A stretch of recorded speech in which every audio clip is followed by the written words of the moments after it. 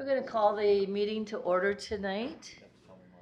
And is there a motion to adopt the agenda? I'll make a motion to adopt the agenda. I'll second the motion. And all in favor, say aye. Aye. Opposed? And that passes. We first tonight are going to have the council member, updates? correct. Okay. So Council Member Smith, if you could come up and give your updates, please. Good evening, Commissioners. Jim Smith, City Council. I just have a short update, actually.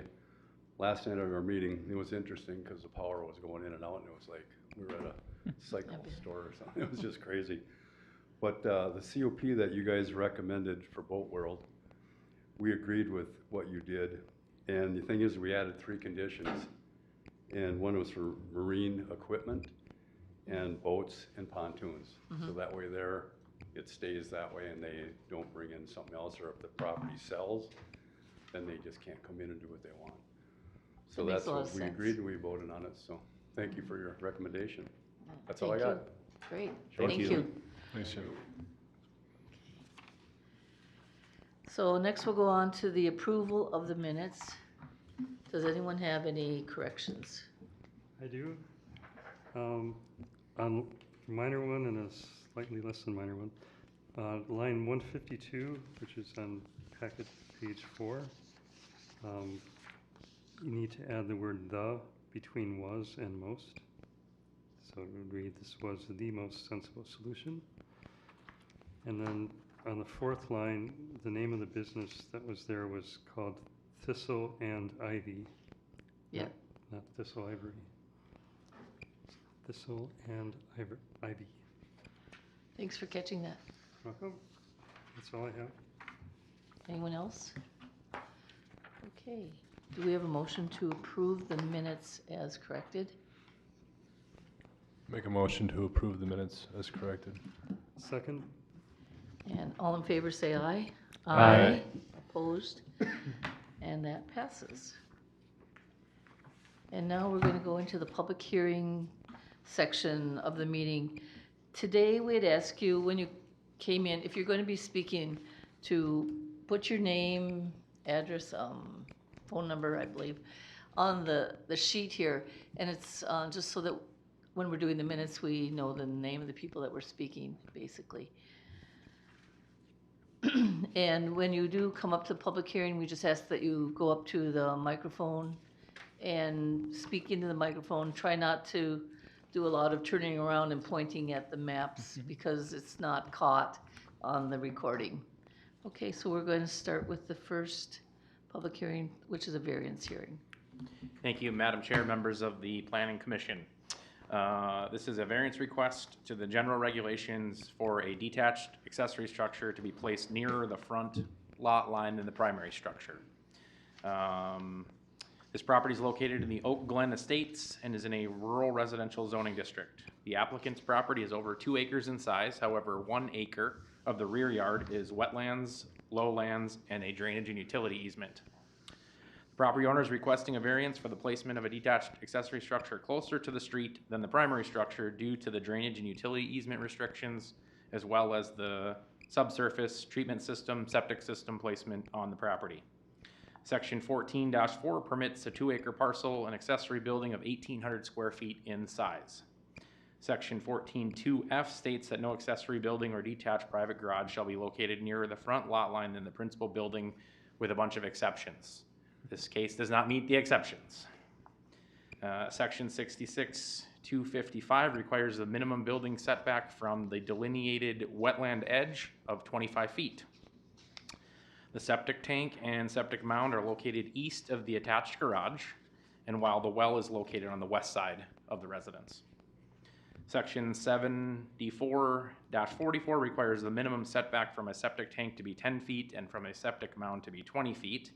However, Section 74-45 permits the building official to reduce the setback from a detached accessory building or a garage with no basement by 50% or 10 feet.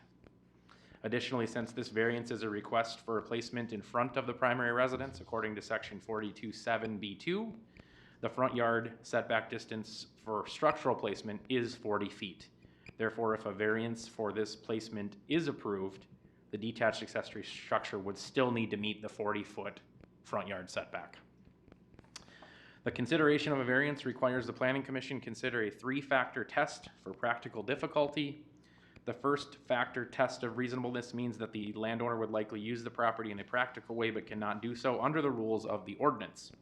It does not mean that the land cannot be put to any reasonable use whatsoever without the variance.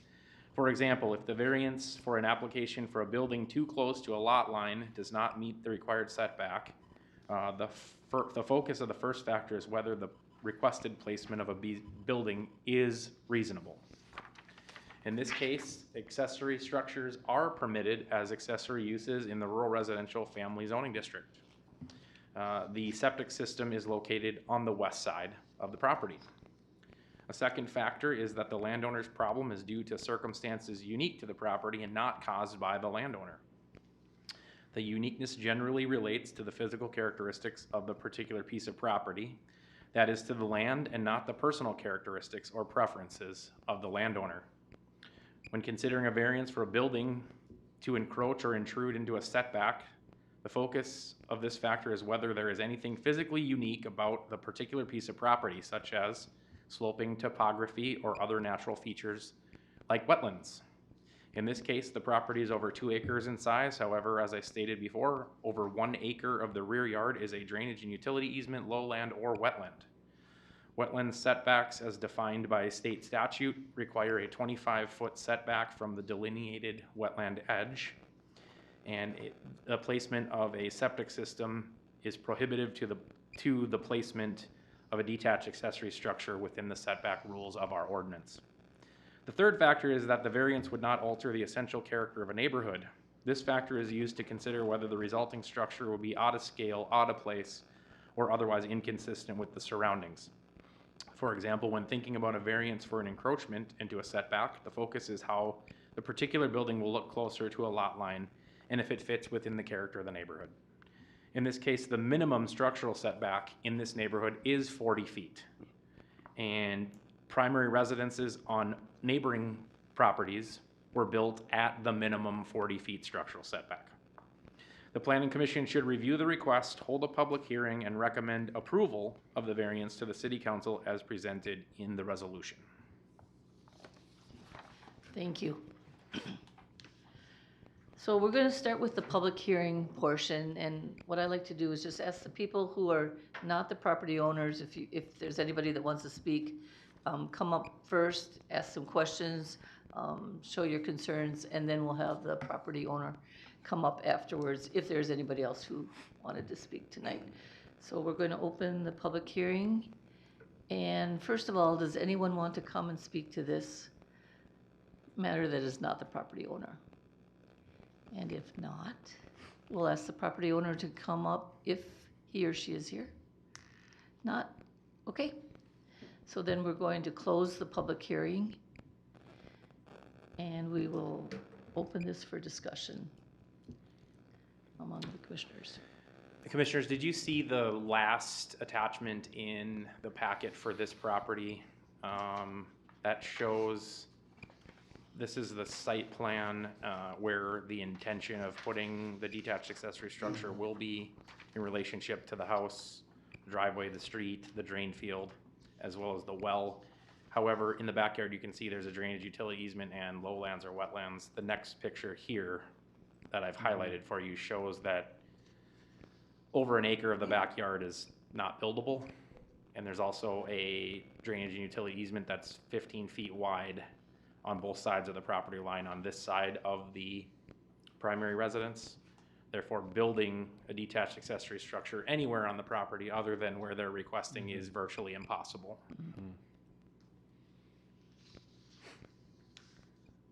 Thank you very much. Okay, gentlemen, any comments? I noticed the placement might do something about the front porch view for the residents to the east, I believe.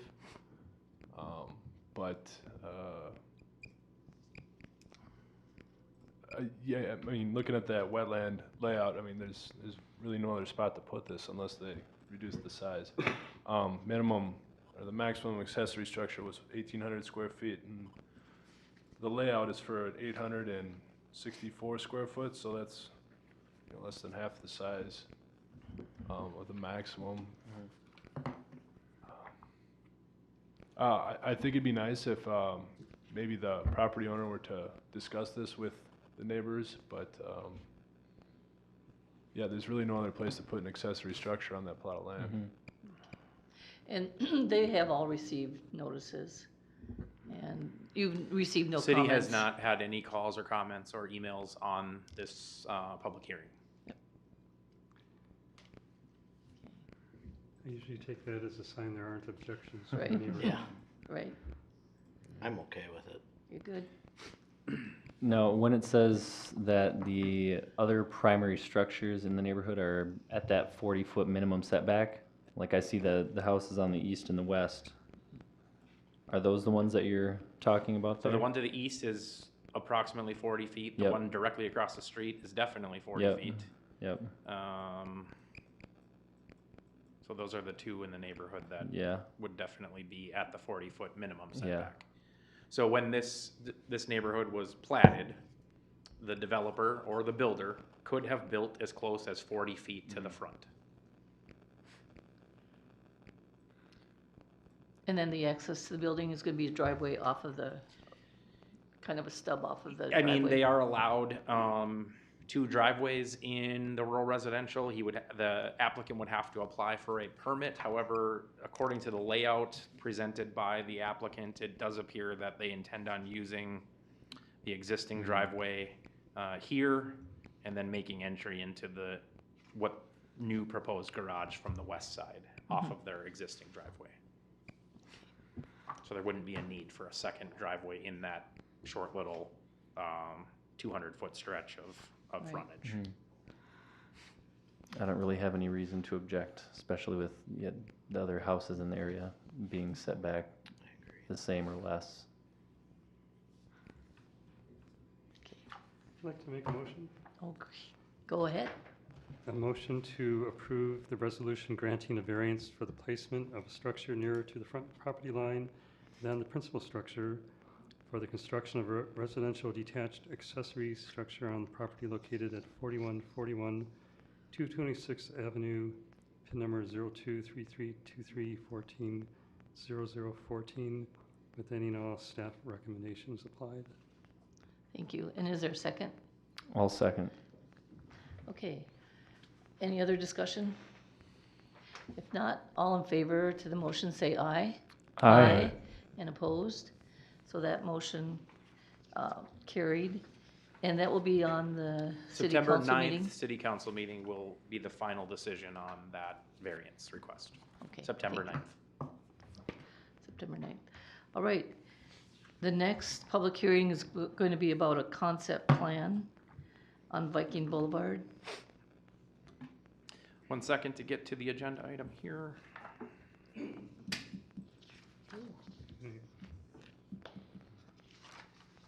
And I have to toggle back and forth between a couple different slides of different sizes, so if there are any questions, let me know. This is the aerial view of the property right now. The Planning Commission is going to be asked to hold a public hearing and review the concept plan for a 3-lot rural residential development at 340034, the 3400 block of Viking Boulevard Northeast. As you can see from the screen, it is currently vacant land. That's why it does not have an actual address. It has not been assigned an address yet. This property has 2 vacant parcels totaling 60 acres located within the rural residential zoning district. Approximately 35 acres of the proposed lots are wetland and likely unbuildable. With the rural residential zoning district, the minimum lot size requirement is 2 acres, with a density not to exceed 1 unit per 2.5 acres. All lots within this proposed subdivision would meet the 2-acre minimum lot size. Additionally, each lot meets the minimum 200-foot width at the right-of-way front yard setback. There are no internal streets proposed in this plan. Each lot would need to obtain an individual access permit from the Anoka County Highway Department. The new concept plan, if approved tonight, would land on the East Bethel Parks Commission agenda of the next meeting. The standard park dedication fee for a new development is $2,000 per new created parcel. Next steps, based on the feedback received from the concept plan, the owner can modify plans prior to making application for their preliminary or final plat approvals. Once a preliminary plat application is received, it will be forwarded to the city as well as the county engineer for comments and final approvals. Staff is requesting that the Planning Commission hold a public hearing, take feedback on the proposed concept plan, and informally advise the developer/owner on any adjustments to their plan prior to the creation of a preliminary and final plat application. Thank you. Thank you. So then there'll be no motion tonight, is that correct? Just informal feedback that I can provide to the developer or landowner on his proposed lot split. That's correct. No formal motion. Okay, thank you. Unless you're feeling strongly about something and want to turn it into a formal motion, you certainly can. All right. So we're going to open up the public hearing on this. And first of all, we'd like to ask any interested parties to come up to the microphone if you have anything that you'd like to say. If you have any concerns that might be answered by the landowner. Anyone want to speak on this? And if not, we're going to close the public hearing.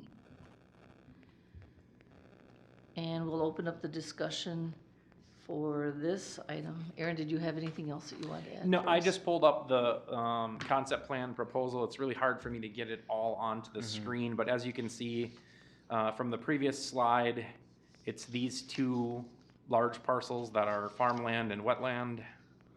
Right now, they will be combined and split the long way, north and south, to a 13.85 acre parcel, a 14.47 parcel, and a 32.20 acre parcel. So each one of those would be a single family home under this proposal.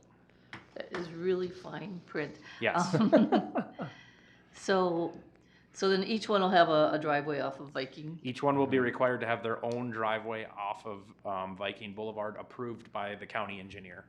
Viking Boulevard is also Anoka County Highway 22, and the city cannot grant access through the county's right-of-way. The county has to do that. So if there are any driveway spacing concerns or bypass lane concerns or driveway widths or access requirements, that will all come through a driveway access permit from Anoka County. And obviously, we would not let them build until they present us with an access permit. Yeah. Do you know if there's any intention that on that lot 3 that someday might be subdivided? Or do they intend to keep it as big? So big lot as 3 is tricky. I would say most of that flag, if you will, on there is all wetland. This 40 acre parcel on the backside abuts county park wetland property already. As you can see from this photograph here. Well, maybe I'll get it in the screen here. With the exception of this line, little bit of land right here, this is all wetland. And unless someone's willing to pay a substantial amount of money to trade wetlands for actual land, I don't think that will ever be developed. I don't want to say ever, but it's very expensive. So there's going to be a residence towards Viking, and then the rest is really just kind of open land. I believe the owner applicant wants to place his home on parcel number 3, closer to the trees back here. If you drive by today, I think there are some storage containers kind of tucked back into the trees. I'm assuming that's where we're going to start building, but nothing's been approved at this point. No applications for homes have come in either, but those will be long, substantial driveways. Has this land been under the ownership of the current property owner for some time now? It's a recent purchase. So you had to buy the 2 lots then? Correct. They were Yeah. both for sale in one package and he purchased both of them. Okay, So we either make him combine them or he plats them, and that's why you're seeing what you're seeing tonight. sure. Platted 3 different ways. Correct. I notice right here there's wetland, but it shows that it's, you know, not as bad as what's behind it. Are they legally allowed to move that, remove it, fill it in, or does something have to be done there? Is that, So the next phase of development would be a wetland delineation, unless the delineation has already actually been done. They would then have to make application with the Minnesota Board of Soil and Water to determine if filling that is acceptable, or what exchange rate they may have in order to pay for wetland banking in another location to exchange for that, which is a 2-to-1 rate. I don't want to speak on behalf of the owner, but my assumption is that's going to sit as raw land and be for sale, and it's going to be the next buyer's sure. problem to deal with. But that's just my hypothetical scenario. And that was going to be my question to you too about is, do you think that the landowner is kind of aware of those regulations about wetlands, or is he just, Yes, we had, Passing it on. he and I had conversations. Correct. okay. Does anybody have any concerns about doing this? No, not at this point. Not down here either? Nope. Okay. Do you have any advice for the landowner? I think this would be a lot different if there was a proposed road with a cul-de-sac and Yeah. Mm-hmm. 17 to 21 homes proposed in there, but we're literally dividing up some current vacant land that was probably being taxed ag that will now be taxed residential, or potential residential. It's a 13, 14, and 32 acre parcel. Our minimums are 2 acres, so we're well exceeding the minimum requirements by our zoning Yep. code on these 3 parcels as well, so. So it's kind of buyer beware situation with the new people coming in? Well, there'll be a lot more work to do. This is just concept plan. As you remember with a couple of other subdivisions that we've had in our recent history, this is just step 1, basically, of is this something the city would support or not? And if you guys make the recommendation and the council says, yeah, go ahead, then a larger investment will be encumbered by the landowner at that point for preliminary plat and final plat, so. Okay.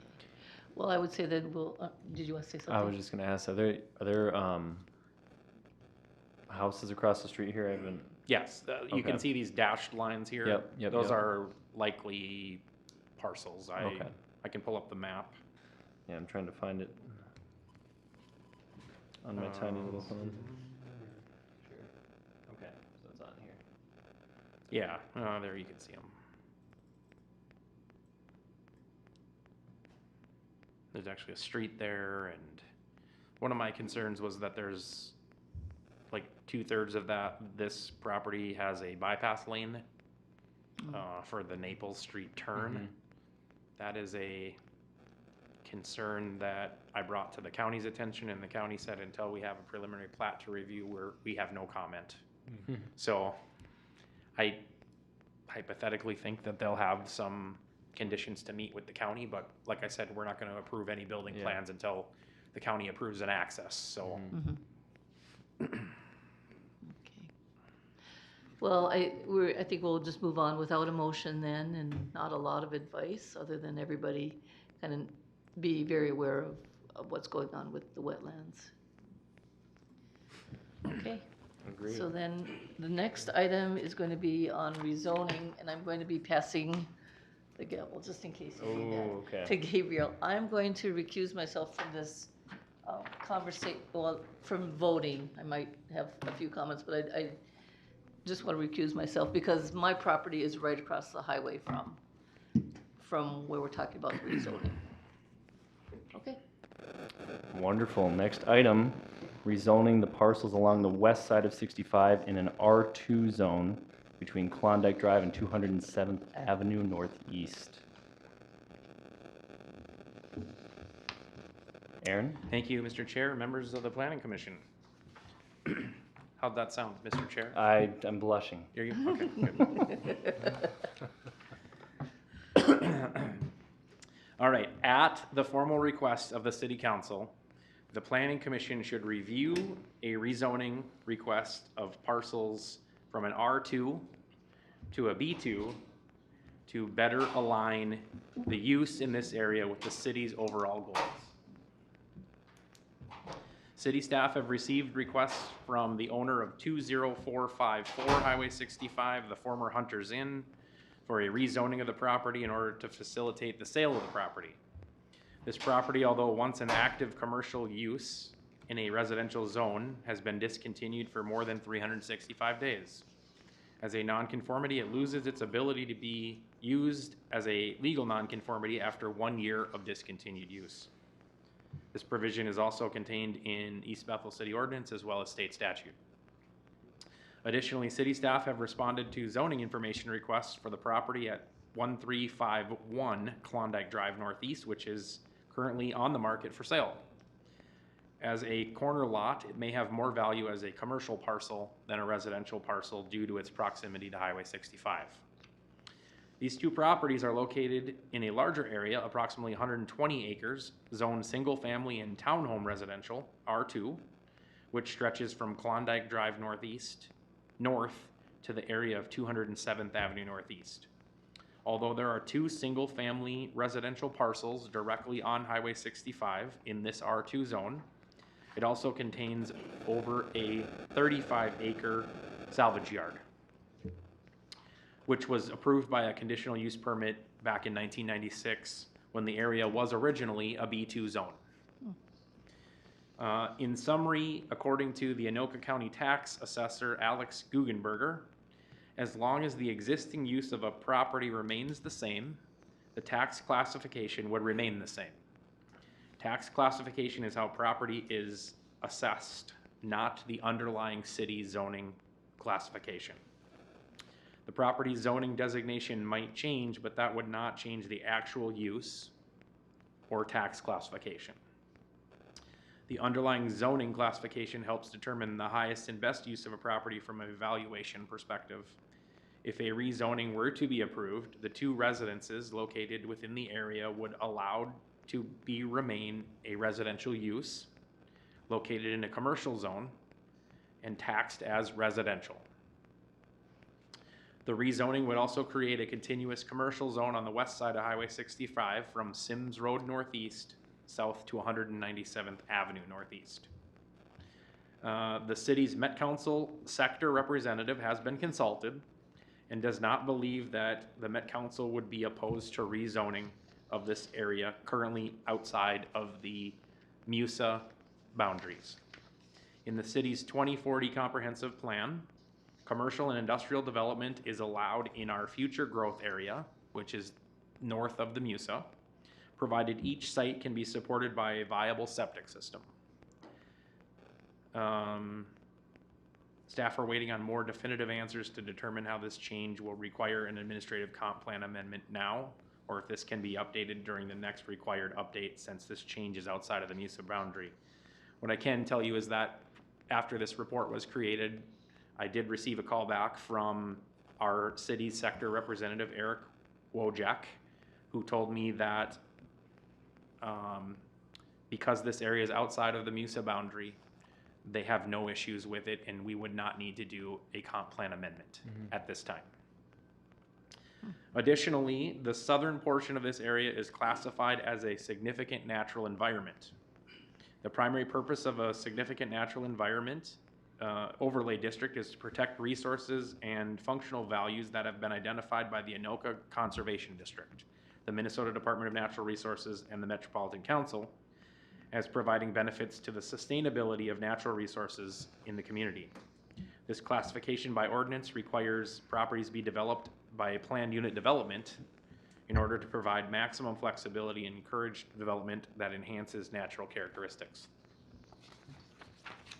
and values natural resources on a parcel or construction site. The Planning Commission should review the information, hold a public hearing, and make a formal recommendation to the City Council regarding the rezoning of the identified area from single-family and townhome residential R2 to central business B2 in order to better align this area use with the city's overall goals. Thank you. You got your light reading in for the day. We're going to open the public hearing. Again, if you would come up, state your name and address clearly into the microphone so that we can keep it on record. And we'll open it now. Anybody who wishes to speak, come forward. Anybody. No holds barred.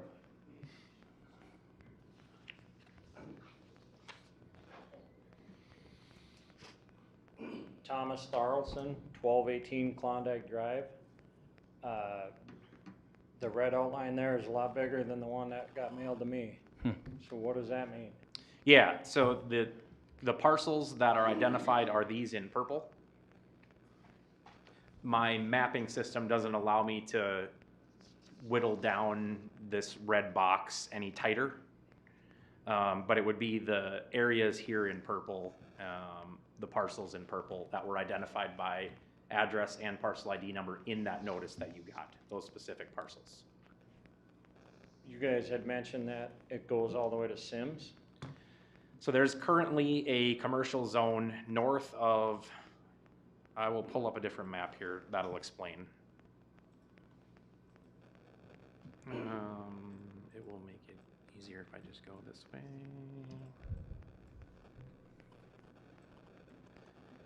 So these properties here and these properties here, all the way to Sims, and I'll put on an overlay here so you can visually see what I'm talking about.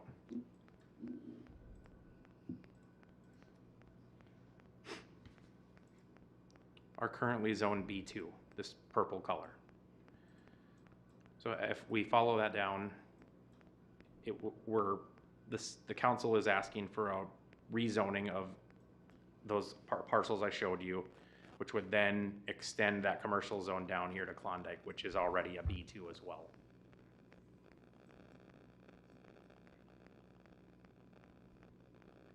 To be one continuous commercial zone along the west side of Highway 65. With that commercial zone, is there any regulations on like 24-hour businesses or is there any?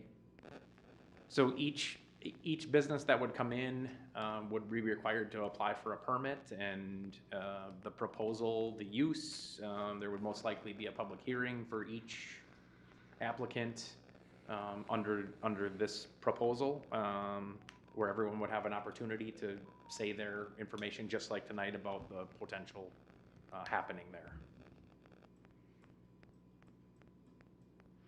Thank you. Thank you, Thomas. Anybody else?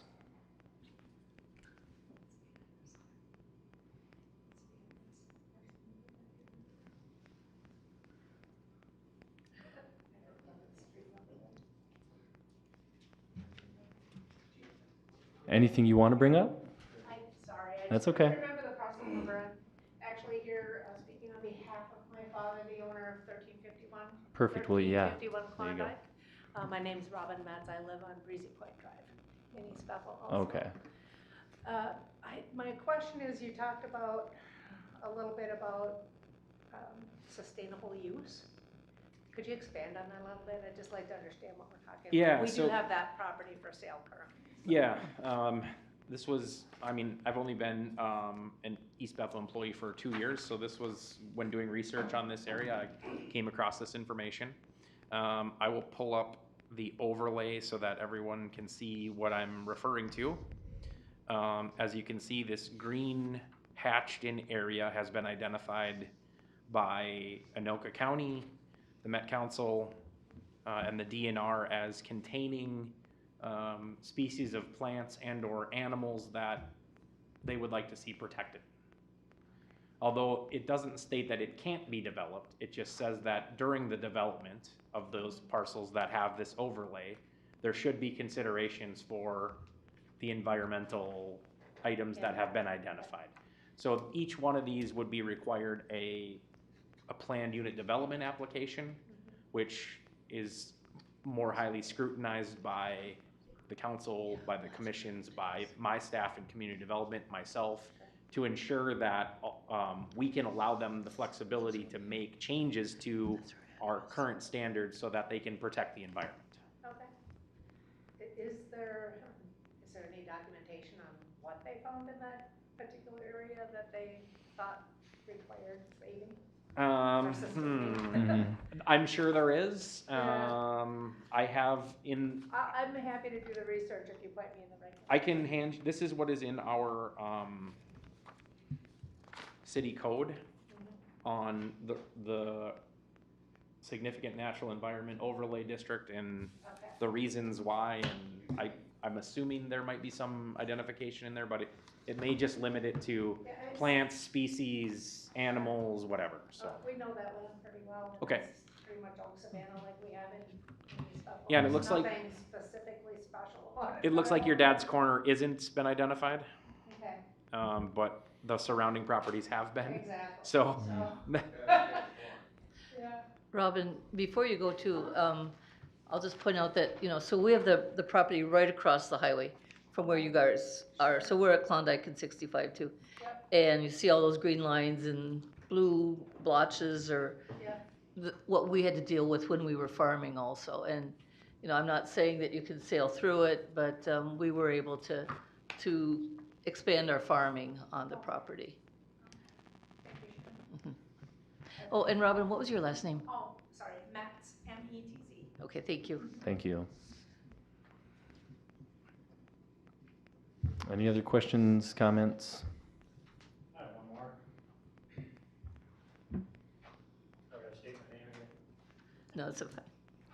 I was Thomas. just curious, what, if this all gets zoned as commercial, so south of Klondike, north of Klondike, all the way to Sims is all commercial now. What does that mean for the water tower? What does that mean for city sewer and water? so currently, are you talking the proposed water tower, or are you talking the existing system that we currently have? You guys have been proposing a lot of water towers since I've lived here. Sure. Yeah. The most recent proposal that was pitched to the legislature on a bonding bill, which would be state dollars paying for it, was proposed to be placed up near Sims. So this would have to be a fairly lengthy extension of either the existing system or a new system to get to it. It's probably still out of reach at this point. Is your concern having to hook up with the sewer Yeah, if the water yeah. came in? I live on the corner of Buchanan and Klondike, and 15, 20 years ago when I was gonna come through, I could have put in 3 septic systems and saved money. Mhm. So, just curious. Mhm. Thanks. Thank you. Thank you, Thomas. Figure if we wait long enough, we'll get everybody to speak. Dan Groskopf, 20688 Buchanan Street. So to that question, if the previous proposal was for up by Sims, and then this is rezoned, can they make a new proposal to use this land if that one was rejected? Rejected So, like, for what? For the water tower proposal? This is rezoned as proposed. Would this be acceptable land to use for a water tower in the future? The reason the proposal happened up by Sims, that's twofold. One, the city already owns land up there that we don't have to acquire. And two, it's the closest possible location for us to get filtered, treated, and drinkable water to the elementary schools. Straight down Sims to Cedar Creek and East Bethel Elementary. Now, feeders off of that for the businesses in the area would ultimately benefit or, expand business if they're interested in hooking up, right? So if this is rezoned, the city doesn't own any of it, so we would have to purchase it from the private seller in order to even put in a treatment system, water tower, or anything. Okay. And then I guess while I'm up here, why, other than what was stated in terms of like it being more valuable, why is this now being proposed? Like, why is it a priority, or what plans do people already have for the space? Yeah, so there are, with the exception of his corner, which is currently zoned residential, but it's right on Highway 65 in Klondike. I don't know if it makes sense to put, it's a very small parcel. I'm not sure you're gonna get nothing more than one house on there. But it could potentially be a service station. Which would be terrible. Well, that's a matter of opinion, I guess. Well, Now we're whatever talking. uses, right? It would be zoned commercial, whoever buys it can propose whatever they want there. I mean, to that point, the traffic's bad enough. Sure. I pointed out that 35 acres of that is already a commercial space. It's the junkyard. Yep. Isn't that? One business on 35 acres. And then the landowner, or the owner of Hunter's Inn would like to sell it as commercial property. So he's sitting on a building right now that nothing can happen with. We looked into potentially just rezoning his lot to help him sell. We were told that that is not legal, it's spot zoning. So in order to help move some things in that area, get things moving, as I stated, I immediately questioned taxes on this and reached out immediately to the assessor, the county assessor, to question what's gonna happen to these parcels for tax purposes. He tells me that as long as it remains a residential use, if there's a house there, it will still be taxed residential. Yeah, so we're gonna rezone all this area for one person's business? We really can't sell that as a residential, nobody's gonna build a house there on that, and it's, for the same reasons it's good and bad. And nobody's buying Hunter's Inn to tear it down to put up an apartment building either. It's right next to a salvage yard. Right. Yeah, I put houses there. Sounds good to me. So again, this was a proposal by the city council, so we're just moving it through the process. If you have questions about those intents, you could reach out to council members. Got it. Thank you, Dan. Are you the current owner of Hunter's Inn right now? No. No? Okay. The other side, Okay. the other corner. Gotcha.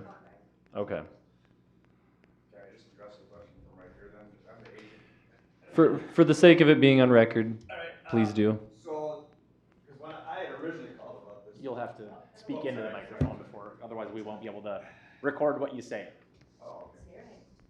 I had originally called about this 10 months ago. Sure, what was your name again? Doug Schuster, I have the listing. Gotcha, verbatim. okay. Okay. And they had told me that the Met Council, and that was pretty highly unlikely that they would, go down that road. Now, maybe it was because of spot. We were just looking at that one parcel, I don't know.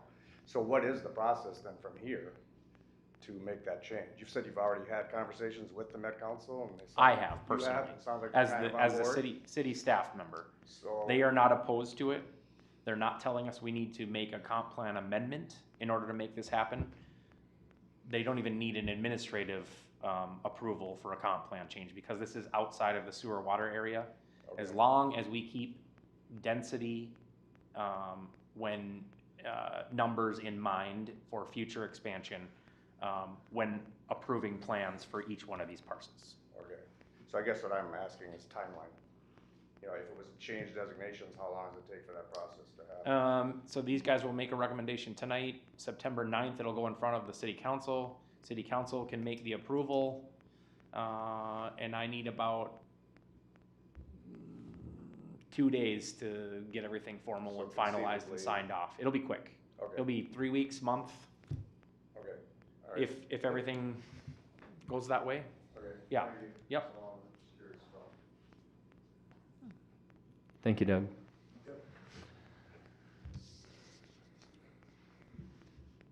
Is that it? Anybody else? Closing the public hearing. Any discussion? Glenn will be back soon, I'm sure. when I was looking at our zoning district, I didn't understand why it wasn't this way to begin with, so I'm not opposed to it.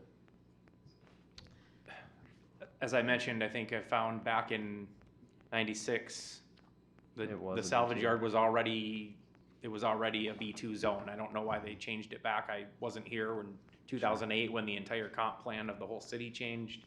This residential zone here doesn't make a lot of sense to me, but the only hypothetical I can come up with is the city was required to designate so many potential acres of future residential development based on the bigger plan. And if that's the case, when we do a comp plan amendment in the obligated one is every 10 years. If we find out during that amendment that we have to redesignate other zones for residential, we'll have to figure out the density then at that point. And that's why I reached out to the Met Council to confirm that they were approving of this before we even brought this in front of the council and the commission. And it takes some time for the Met Council to answer questions back. And then moving all of these parts and components, as you know, our planning commission meetings have been fairly, agendas have been fairly heavy with things that have 60-day deadlines. And so this as a non-priority gets pushed if those priority projects come in, which they have been, so.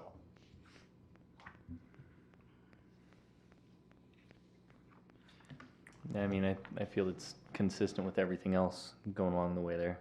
You know, I would find it strange if people started popping houses up in here right on 65, so. I mean, it makes sense to me from that standpoint. In the recommendation part of this agenda item, it mentions the city's overall goals. Can you expand on that any, or no? Yeah, so if you look at our zoning map, I will bring that up here. And if you take a look at this colorful stripe right alongside of Highway 65, on either side of Highway 65, the plan is designed for that to develop commercially, industrial, as well as high-density residential. The yellow area outside of this stripe, which is identified as the MUSA area right now, and then the future use area down the road.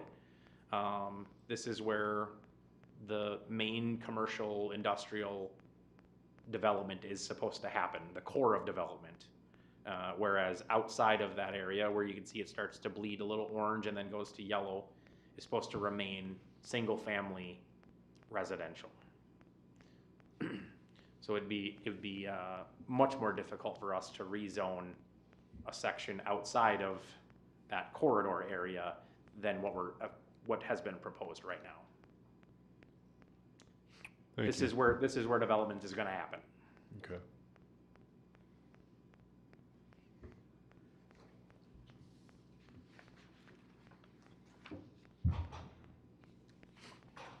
I have a question. You want me to go back up You, there? sir, I guess it's up to the chair.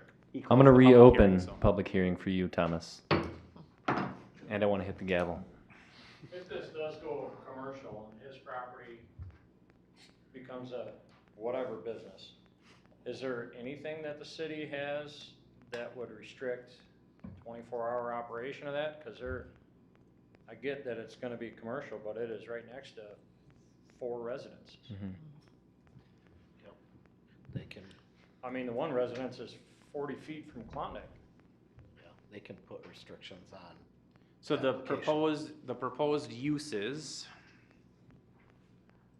in the B2 zone, if this would be helpful, these are the already existing approved businesses that could come in, would be a club or lodge of some sort, a commercial florist, a health recreation facility like a workout gym, a potential condominium, medical uses with the exception of a hospital, so like a clinic, an office complex, public recreation, I'm not sure what that means, fast food full service, retail, office, or multi-tenant structure, retail sales and service completely inside, financial services like a bank or credit union, tavern, bar, brewery, or tap room, motor vehicle service station, so like a gas station with no repairs whatsoever allowed, essential government like city hall, and then brew pub, craft brew, micro distillery, or we would allow food trucks in parking lots in this zone. So no business restrictions for noise or lights? Well, we have existing noise ordinances that everyone has to comply with, whether they're a business or not. Right, but Holiday Gas Station's got their lights on and it's like the sun, 24 hours a day. I understand that. Yep. Are there restrictions on that about how far light can be cast? Correct, there Yeah, are.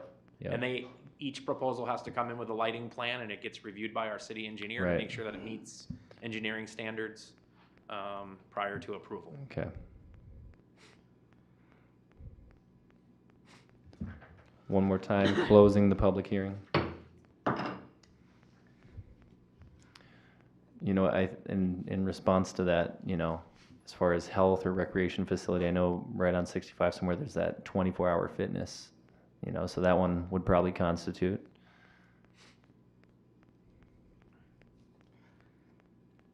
Gas station. My personal feeling is without sewer and water, it's going to be very limited on what businesses are actually able to develop in this area. Mm-hmm. With sewer and water, it's an entirely different story.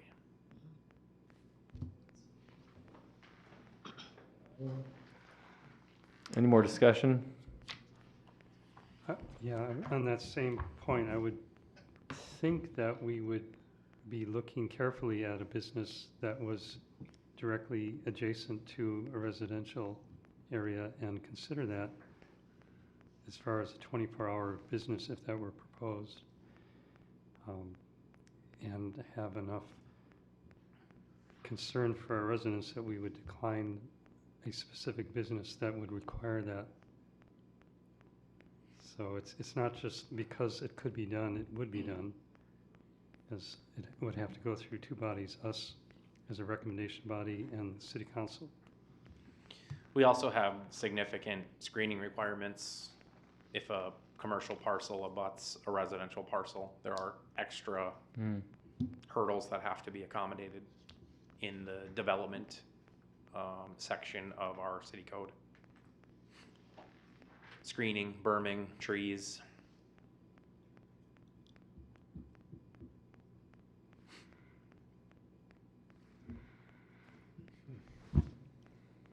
Anybody want to make a motion?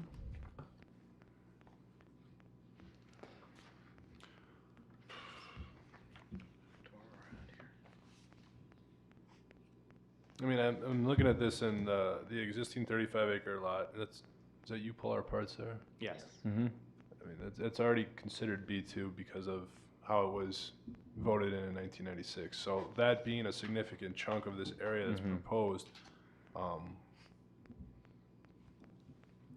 I guess I mean, it'd be nice, I think, to have a continuous along the side of Highway 65 to where it's all commercial, but I don't know that that's necessary here. I mean, if that middle 35 acres is a B2 zone, and there happen to be R2 zones next to it,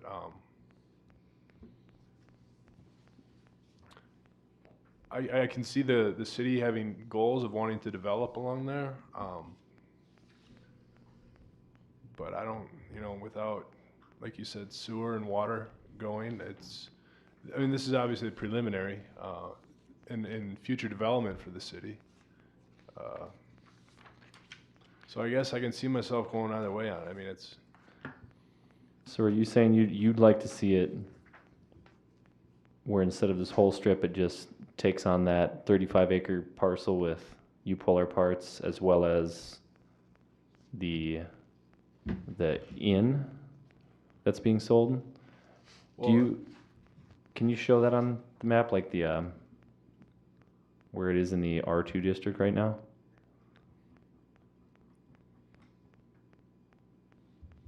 It's probably easy. hard to see, but or maybe Yeah. it is easy. This is the salvage Yep. yard. It bleeds onto this parcel here. And then this is the Hunters Inn parcel. There's a residential, there's a house here, and I believe there's one here. This one is the vacant parcel on the corner of Klondike.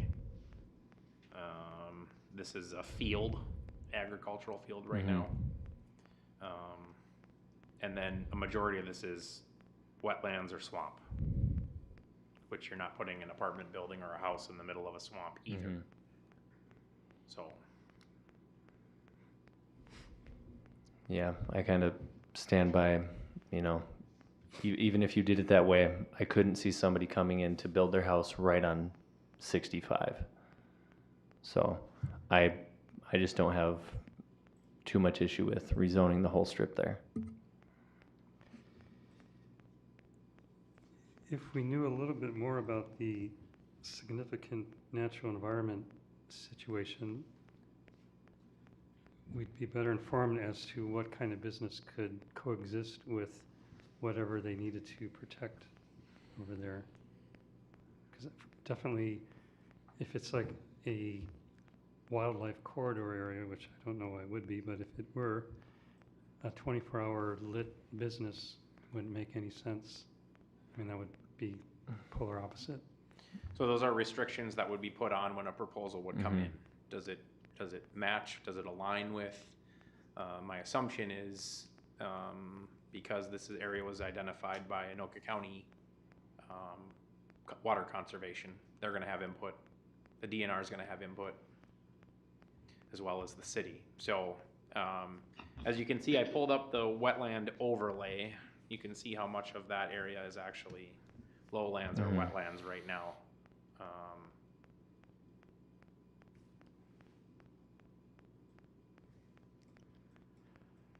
So it looks like almost, well, a third of UPLR parts, 35 acres, is wetland. The other 2/3 is cars. And I don't think that'll ever be developed, so.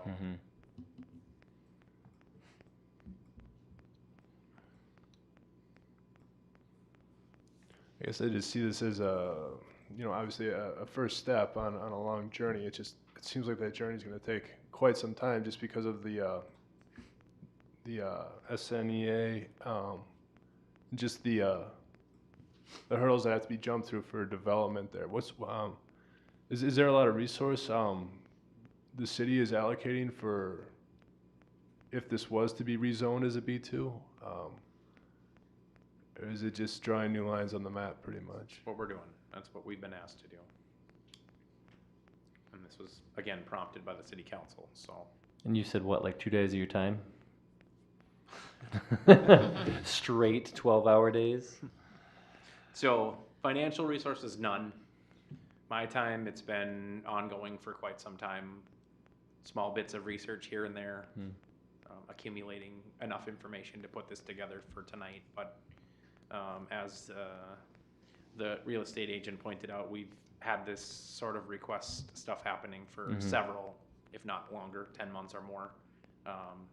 But to put everything together and get it all ready to go and then have the available commission time to hear it is also part of the equation, so. I imagine businesses too would be more drawn to an area that was zoned for what they were wanting to develop. Yeah, I mean, I don't, the surrounding area here is mostly sod fields, a few residences, as we've pointed out. This is undeveloped land. This one's got a swamp hole in the middle of it. And a driveway. Yep. A driveway to... And again, we reached the salvage yard, which is already a commercial operation. We got this one that can't be used as a residential. It would have to be tore down. This is a house, and then this is farmland. So my opinion would be the most developable piece for multifamily is right here. Potentially here. This doesn't make sense for homes. No. This has got wetlands running through it.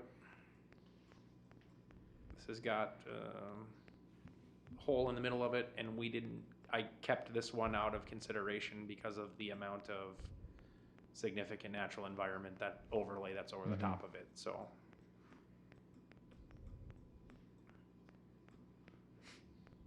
And eventually, at some point, these will develop into businesses as well. Because those are already in the This B2. is already B2 zoned. Yep. This is zoned for high density residential, but they can't build it right now because there's no sewer and water connections available. They could ghost plat the land and build one townhouse. And then the future plan would, that one townhouse would be supported by its own septic and well, and as soon as, or if, whenever sewer and water came through, then the rest of them could be built based on the ghost plat. So financially, it doesn't make sense to do anything with this one either, but that's already zoned, high density residential.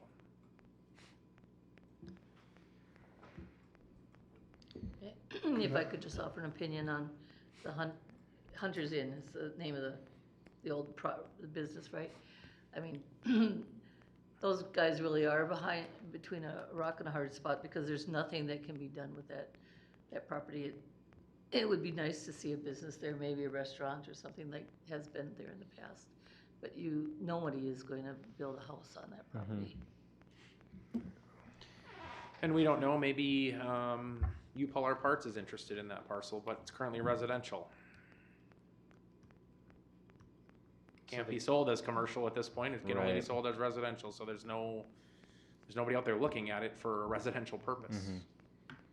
So, Hypothetically, if they did want to do that, they couldn't expand their business to it because it's residential right now? correct. Yep.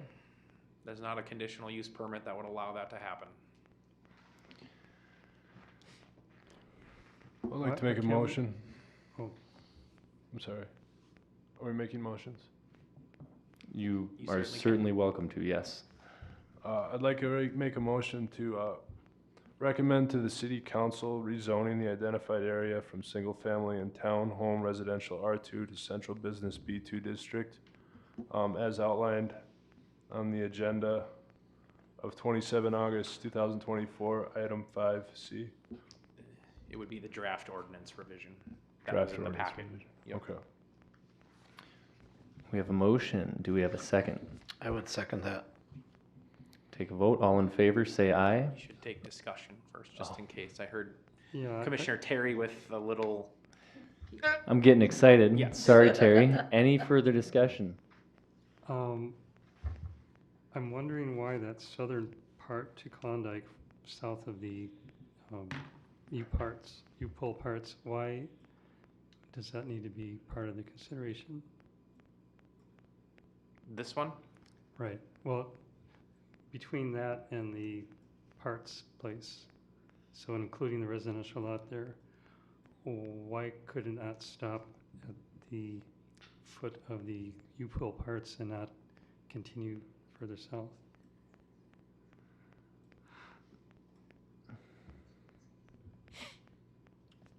There's a residential also just north of U-Polar Parts. What's that? There's a house just north of U-Polar Parts as well. Right, but if He's we're talking about the southern. talking about rezoning, I'm just wondering why it needs to continue all the way down to Klondike. So I don't know if you can see here, Commissioner Terry, but there's tractors, trucks, trailers. I'm assuming this is already commercial use too in a residential zone, even though there's a house here for sure. I'm assuming this is sort of a commercial operation. I see gravel. It's probably a construction company of some sort that's been grandfathered in. So it already has a commercial use. Huh. And then part of the salvage yard is already on this parcel as well. So that takes that one out of the equation. Then that leaves you with this corner one, Mm-hmm. Which is this gentleman's, correct? which is his, and he's trying to sell as well. I'm trying to find out how it ever got to be housing. Yeah. When I bought it, it was what you're trying to put it back. Right. B2. I don't understand. Yeah. Right. Any further discussion? Call for a vote. All in favor, say aye. Aye. Aye. All opposed? And I'm abstaining on this one. There we have it. So the formal recommendation to approve the ordinance change will reach the city council agenda on September 9th. Perfect. Lovely. Thank you, Aaron. All right, our last item is about meets and bounds.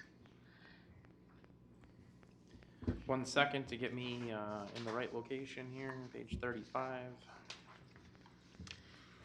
Oh, and I do want to thank everybody for your comments. It's not always easy to get up and talk in public, but we really appreciate everybody's speaking. All right, thank you again, Madam Chair, members of the Planning Commission. On July 24th, 2024, Nicole Schreck submitted an application for a meets and bounds split of a 20-acre parcel located at 22645 Bataan Street Northeast. I'm not going to recite the PIN number, to divide into 3 parcels. The first parcel will contain an original single-family home and will be divided off as a 7.88 acre lot. The remaining 12.50 acres will be subdivided into a 6.0 acre lot and a 6.42 acre lot. The property proposed for the division is in the rural residential zoning district, and per city code, Appendix A, zoning, section 42, the minimum lot size for any division in the rural residential zone is 2 acres, with a minimum lot width of 200 feet at the public right-of-way and 23,000 square feet of buildable area. To be eligible to use meets and bounds division as outlined in the zoning code, section 12-2, the following conditions must be met. The parcel must be a minimum of 5 acres. The parcel must have a minimum road frontage of 300 feet. The parcel must contain 23,000 square feet of buildable area. It must have appropriate road, public utility, and drainage easements as outlined by Ordinance 151. And a park and trail dedication fee as adopted by the City Council must be paid at the time of certification of the parcels. Although this proposed split meets 4 out of the 5 conditions, it exceeds the minimum lot requirements in the rural residential zone. The Planning Commission is requested to review this petition for a meets and bounds parcel split and make a recommendation to the City Council to approve or deny the parcel split with conditions identified in the attached resolution. Okay. Thank you. And does this one require an official motion then? Yes, the approval it or will. denial at Correct. the end?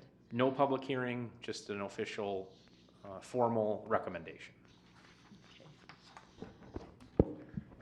Any discussion? Aaron, I think I know what it is, but can you tell me which of the 5 conditions has not been met? Is it the 300 feet of minimum road front? That's correct. Okay, and that's on all of them? So each lot in this proposal, Yep. the first lot, the north lot, would have 200 feet of frontage. The existing home is on one that would have 260 feet of frontage. And the third parcel to the south would have 214.95 feet of frontage. Yep. Now, the minimum frontage required in the rural residential zone is 200 feet. Right. Under a meets and bounds split, they're requiring 300 feet. Sure. So if you take a look at the properties across the road, give me a second to get the address in here.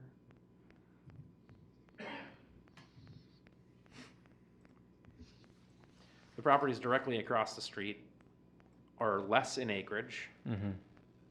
have the minimum 200 feet of frontage, Mm-hmm. not 300 in a subdivision. So their request is to divide. This is actually a family farm. Mm-hmm. The parents have passed away.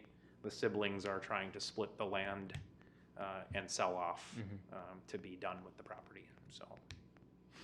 So is that one that abuts 227th, or is it the center lot? It's that's this gonna one stay? right here in the Okay. middle. Yep. I've asked them in their survey to make sure that with the home in this location and the accessory structure here, as well as the driveway, that they comply with all other zoning code regulations in the rural residential zone. So the only thing that discrepancy is 300 feet versus 200 feet. Right.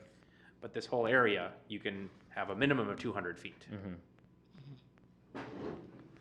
Do you know what the logic behind the difference of feet with the meets and bounds is? I do not. I tried to research that because I knew someone would ask me that question. I have no idea. When I research meets and bounds split, it just has to do with linear feet.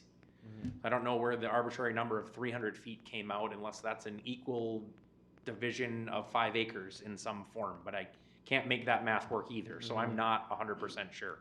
But this would have more than the required 23,000 square feet of buildable territory.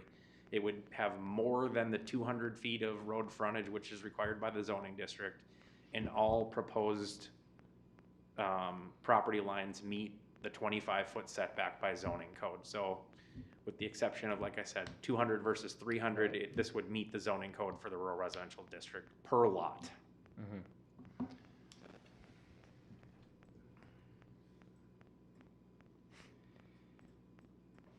It's hard to be a stickler for rules when the rules don't have a logical explanation behind them.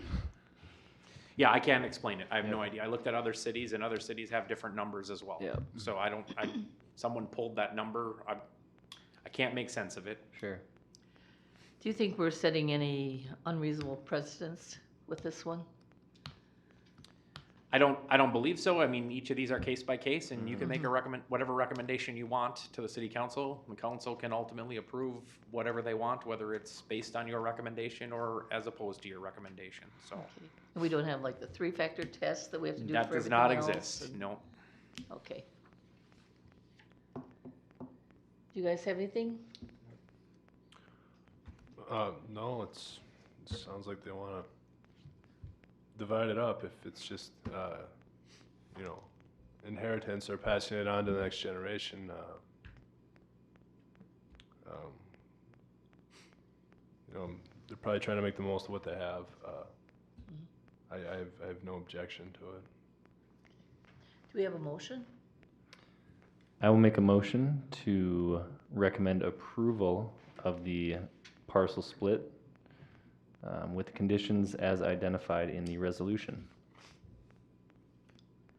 Is there a second? I'll second the motion. Thank you. And any further discussion? If not, we'll have a vote. All in favor say aye. Aye. And opposed? Okay, that motion passed. And that will come up to the September city 9th council. as well. City council's going to be busy. All right. Thank you. And my goodness, we're at the end of the agenda. No updates. Do we have a motion to adjourn?